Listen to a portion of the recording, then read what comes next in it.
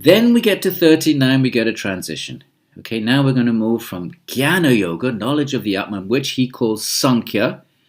This is before the schools emerged and became kind of reified into actual distinct schools. It's earlier than that.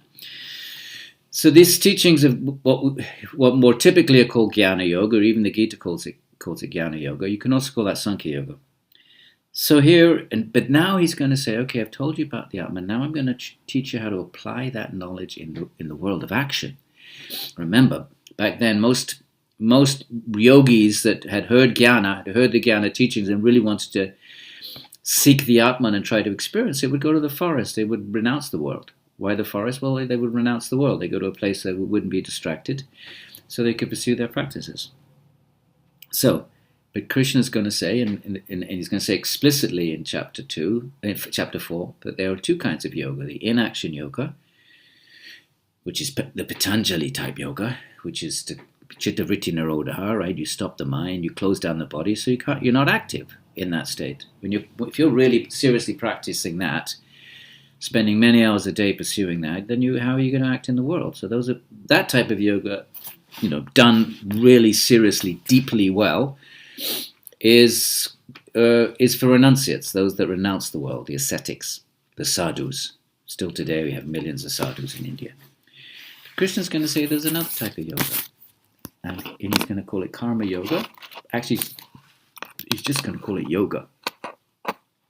So he's sort of giving a new definition to the word yoga, not chitta-vritti nirodha.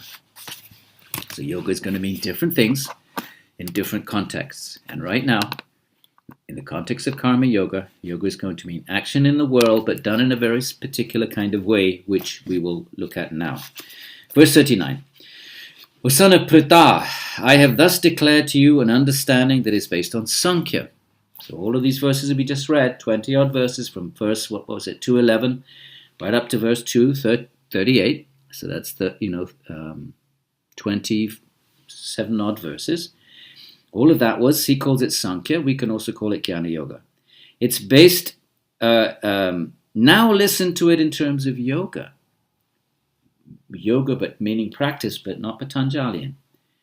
Action in the world practice.